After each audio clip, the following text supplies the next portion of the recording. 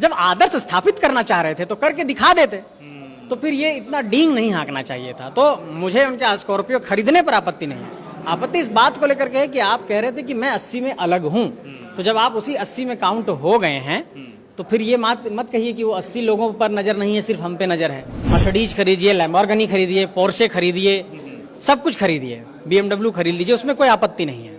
अपनी अपनी क्षमता के अनुसार लोग खरीदते हैं, हो सकता है उनके समक्ष अब क्षमता आ गई होगी। आपने कैमरे के समक्ष ये कहा कि मैं एक आदर्श स्थापित करूंगा, मैं टीए नहीं लूंगा, मैं ये सुविधाएं नहीं लूंगा, विधायकों को बस से आना चाहिए, तो आपने एक आदर्श स्थापित करने की बात कही थी। नमस्कार। झारखंड विधानसभा चुनाव में चुनावी नतीजे के बाद आजसू को जिस तरीके से हार मिली है, आप देखिए कि लोग लगातार तब भी पार्टी से जुड़ रहे हैं। हमारे साथ इस वक्त बातचीत करने के लिए आजसू नेता संजय मेहता हैं। मेहता जी, पार्टी हारी या जीती फर्क नहीं पड़ रहा है, लोग पहले भी जुड़ रहे थे, अभी भी जुड़ रहे हैं, विश्वास बना हुआ लगता है। देखिए, अटल जी ने क्या कहा था कि कर्तव्य पथ पर जो मिलता है उसको स्वीकार करना चाहिए। तो आजसू पार्टी को अपने कर्तव्य पथ पर जो मिला उसे स्वीकार किया और पार्टी फिर अपने गतिविधियों में लग गई है। और ये बहुत दिलचस्प है कि लोगों को ये लग रहा था कि अब आजसू पार्टी का भविष्य क्या होगा, क्या पार्टी हाशिए में चली जाएगी, लेकिन लगातार ज्वाइनिंग हो रहा है और प्रतिदिन लोग जुड़ रहे हैं। अभी हम लोगों ने कोल्हान प्रमंडल की बैठक की, उसके बाद हम लोगों ने दक्षिणी छोटा नागपुर प्रमंडल की बैठक की।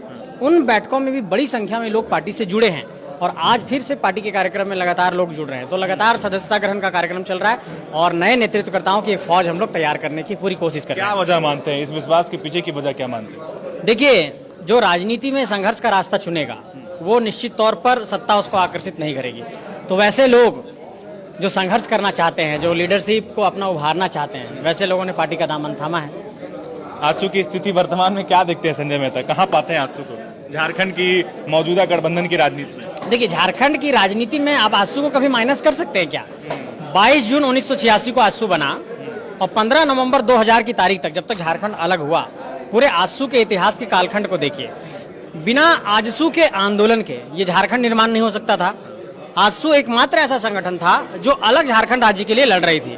तो इस बात को आपको समझना होगा कि जिसने झारखंड को बनाया है, जो झारखंड के लिए लड़े, जो झारखंड के लिए लाठियां खाए, सलाखों के पीछे गए, बाद में 2005 में आजसू जो है पार्टी का स्वरूप धारण किया। तो आप इस बात को देखिए कि जिसने झारखंड को जन्म दिया है, आप उसके बारे में ये बात कह ही नहीं सकते हैं कि आजसू का क्या होगा।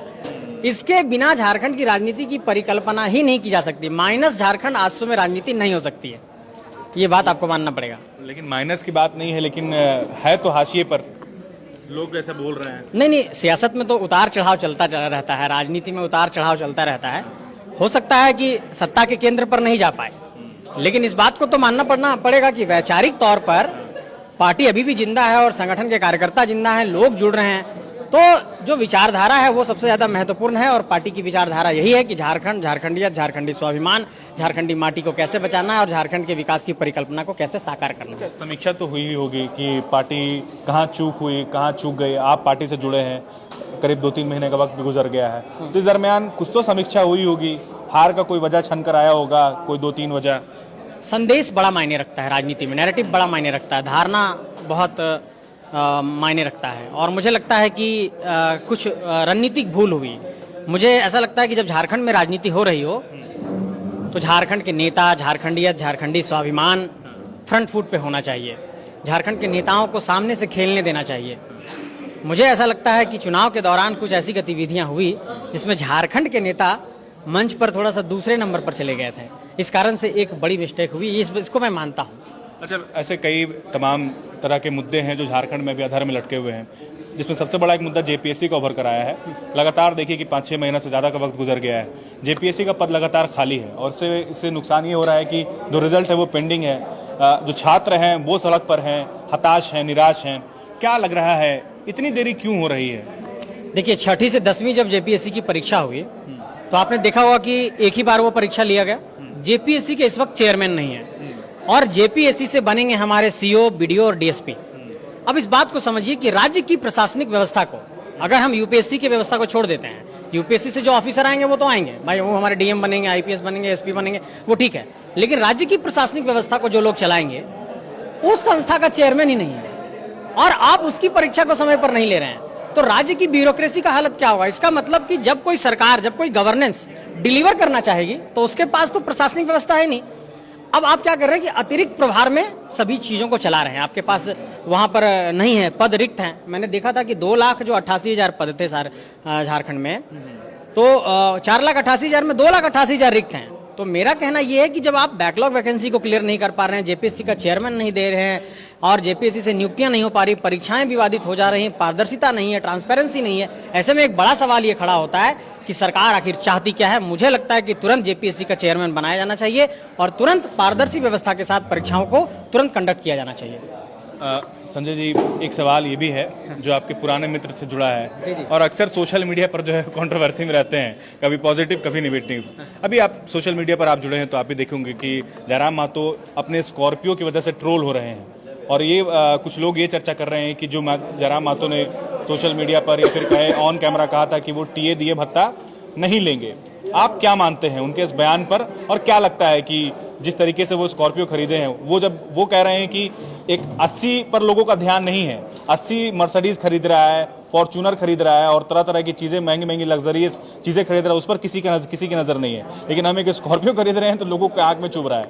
नहीं, मैं तो इस पर टिप्पणी करना उचित नहीं समझूंगा, ये किसी का व्यक्तिगत और निजी मसला है। लेकिन मैं ये कहना चाहता हूं कि जब आप कहते हैं कि हम कोई आदर्श स्थापित करेंगे, आप ये कहते हैं कि हम 80 में अलग हैं, आप खरीदिए, मर्सिडीज खरीदिए, लैम्बोर्गिनी खरीदिए, पोर्शे खरीदिए, सब कुछ खरीदिए, BMW खरीद लीजिए, उसमें कोई आपत्ति नहीं है। अपनी अपनी क्षमता के अनुसार लोग खरीदते हैं, हो सकता है उनके समक्ष अब क्षमता आ गई होगी। मेरा कहना यह है कि अगर आपने कैमरे के समक्ष ये कहा कि मैं एक आदर्श स्थापित करूंगा, मैं टीए नहीं लूंगा, मैं ये सुविधाएं नहीं लूंगा, विधायकों को बस से आना चाहिए, तो आपने एक आदर्श स्थापित करने की बात कही थी। सवाल ये नहीं है कि आपने स्कॉर्पियो लिया, सवाल ये है कि आपने आदर्श स्थापित करने की बात कही थी और आप वो आदर्श स्थापित नहीं कर पाए और टिके नहीं पाए। हाँ, एक विधायक के लिए भाई घूमने फिरने के लिए आदमी साइकिल से तो नहीं चलेगा, जरूर उसको गाड़ी चाहिए। तो आपको जब ये चीजें करनी ही थी तो ये कहना नहीं था। जब आदर्श स्थापित करना चाह रहे थे तो करके दिखा देते, तो फिर ये इतना डींग नहीं हाँकना चाहिए था। तो मुझे उनके स्कॉर्पियो खरीदने पर आपत्ति नहीं है, आपत्ति इस बात को लेकर के है कि आप कह रहे थे कि मैं 80 में अलग हूं, तो जब आप उसी 80 में काउंट हो गए हैं तो फिर ये मत कहिए कि वो 80 लोगों पर नजर नहीं है, सिर्फ हम पे नजर है। आप पे नजर इसलिए है क्योंकि आपने कहा था कि हम अलग आदर्श स्थापित करेंगे, जिसको आप फेल हो गए करने में, ये मैं कहना चाहता हूँ। अच्छा, क्या लग रहा है जिस तरीके से जेल केम और बाकी तमाम चीज़ों, जेल केम की अगर बात कर लें, जेल केम में जिस तरीके से पार्टी विस्तार को लेकर के और तमाम चीज़ें हैं, जो एग्रेशन की बात की जाती है उस पार्टी में, वो तो खैर है ही है, मेंटेन किया जा रहा है उस चीज़ को। जयराम महतो को लेकर के जिस तरीके से उनका आए दिन सोशल मीडिया पर एक से एक वीडियो दिखता है, जिस तरीके से वो फटकार लगा रहे हैं, अधिकारियों को फटकार लगा रहे हैं और तमाम चीज़ें जो आती है, आपको क्या लगता है? कुछ लोग ये कह रहे हैं कि नहीं, यही अंदाज और इसी अंदाज से जो है अधिकारियों को सीधा किया जा सकता है, जो सिस्टम है उसको ठीक किया जा सकता है। नहीं, सबका राजनीतिक जीवन में अपना नजरिया, अपना काम करने का तरीका होता है। हो सकता है ये तरीका उनको बेहतर लग रहा हो, अपना वो कर। मैंने बार बार कहा है, उनको मेरी शुभकामनाएं हैं, झारखंड को बेहतर डिलीवर करें, झारखंड की जनता के लिए बेहतर काम करें, बहुत शुभकामनाएं हैं उनको। लेकिन सिर्फ इतना ही कहना चाहूँगा कि झारखंड के आम जनमानस को किसी भी तरीके से भ्रमित नहीं किया जाना चाहिए।